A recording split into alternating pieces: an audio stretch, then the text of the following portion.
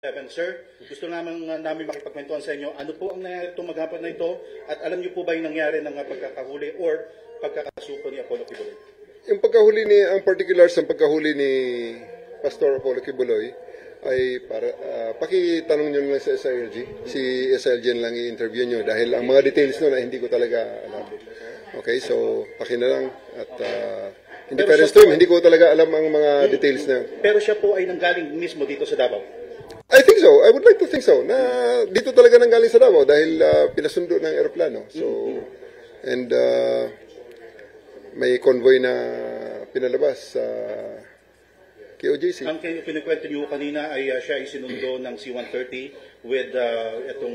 Hindi ko sigurado na sinundo ng C-130. Basta namataan natin ng C-130 na naglanding sa TOG 11 at pagkatapos ay merong utos sa atin na palabasin yung siyam na sasakyan doon sa hangar papunta sa loob ng airport. Pinaguide ng ating ABSEO, yung Aviation Security Group na unit natin, and then dinala sa aeroplano. So RD, ano po masasabi niyo kasi all the while habang kayo ay busy rito, nandito pa rin talaga.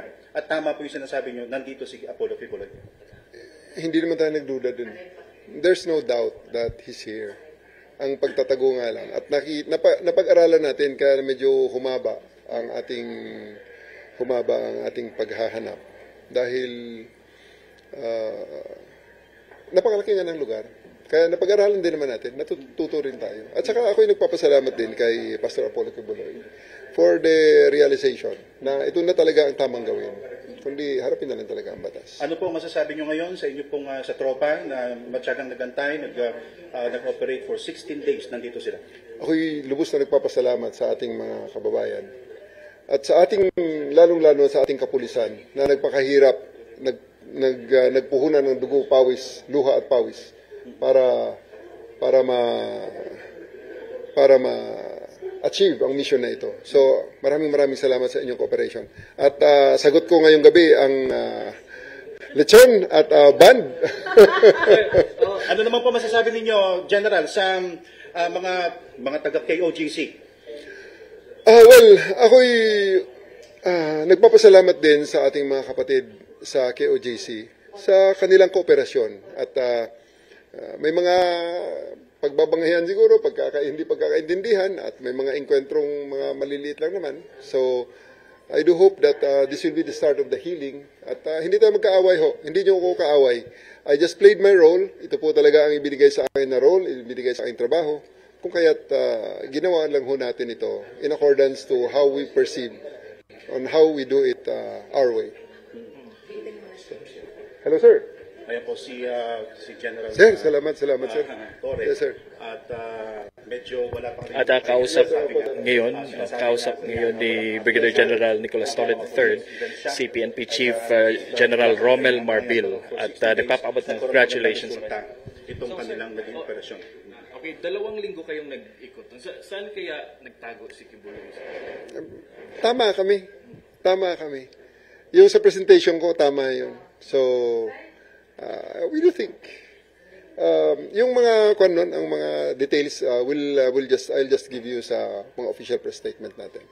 Okay? So ako'y nagpapasalamat lamang sa inyong pagkakataon sa ibigay niyo sa akin. I do hope to see you tomorrow kung medyo malinaw na ang mga detalye. Okay?